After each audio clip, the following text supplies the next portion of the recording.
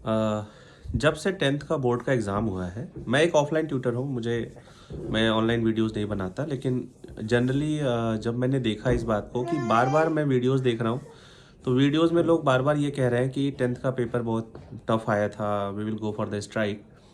और पेपर में बहुत सारी ऐसी चीज़ें थी जो कि सिलेबस से नहीं थी, या फिर ज़्यादा बेसिक का पेपर टफ था।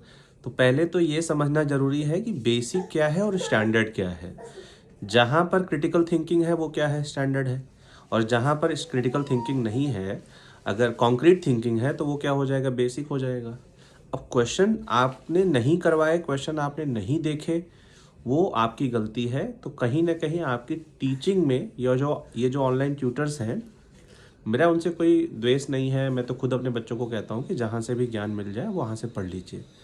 लेकिन आपने वैसा नहीं पढ़ाया, आपने उनको क्रिटिकल थिंकिंग के क्वेश्चंस नहीं कराए, आपने क्वांटिटेटिव थिंकिंग के क्वेश्चंस नहीं कराए।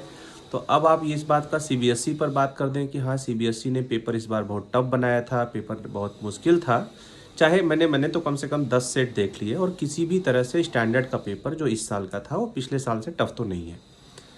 तो ये इस तरह की वीडियोस बनाना ही गलत है, बच्चों को भ्रमित करने वाली बात है। बच्चे क्या करेंगे फिर, उसके लिए उनके मन में रहेगा, उनके पेरेंट्स की एक सिंपैथी मिल जाएगी उनको कि पेपर टफ था इसलिए मेरे बच्चे के नंबर कम आए। तो इस तरह की बातें ना करें, क्योंकि पेपर किसी भी एंगल से मुझे तो नहीं लगता कि टफ था। ये मेरा व्यू है। और इस तरह की वीडियोस बना के कहीं ना कहीं मुझे लगता है कि वो अपने ऑनलाइन व्यूअरशिप को बढ़ाना चाहते हैं, और अपनी दुकान चलती रहे, बस इसलिए जो है ऐसी वीडियोस बनाते रहते हैं।